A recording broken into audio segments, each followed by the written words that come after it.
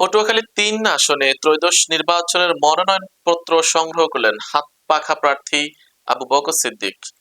এ বিষয়ে বিস্তারিত থাকছে মোহাম্মদ জসিমউদ্দিনের প্রতিবেদনে। ত্রয়োদশ জাতীয় সংসদ নির্বাচনের মনোনয়ন সংগ্রহ করেছেন বাংলাদেশ ইসলামী আন্দোলনের পটুয়াখালী ৩ আসনের হাতপাখা পদপ্রার্থী হাফেজ মাওলানা মুফতি আবু বকর সিদ্দিক।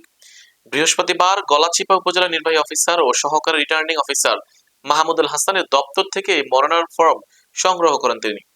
এ সময় উপস্থিত ছিলেন গলাচিপা উপজেলা নির্বাচন অফিসার মোহাম্মদ হোসেন ও প্রশাসনিক কর্মকর্তা মোহাম্মদ ফারুকুজ্জামান।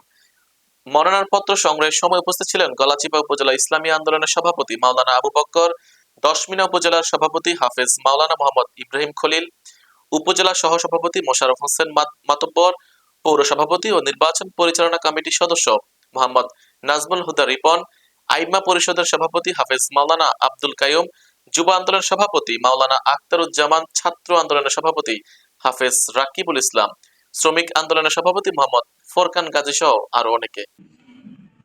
আমরা শপথ করছি ইনশাআল্লাহ নির্বাচনের বিধিমালা মেনে আমরা নির্বাচনের সকল কার্যক্রম পরিচালনা করব।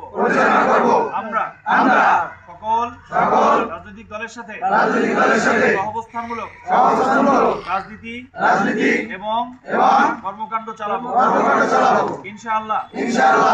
আইন বাংলাদেশ দেশের স্বাধীনতা, সার্বভৌমত্ব এবং ইসলামের মহান মর্যাদাকে উচ্চে তুলে ধরাই আমাদের জীবনের একমাত্র লক্ষ্য ইনশাআল্লাহ।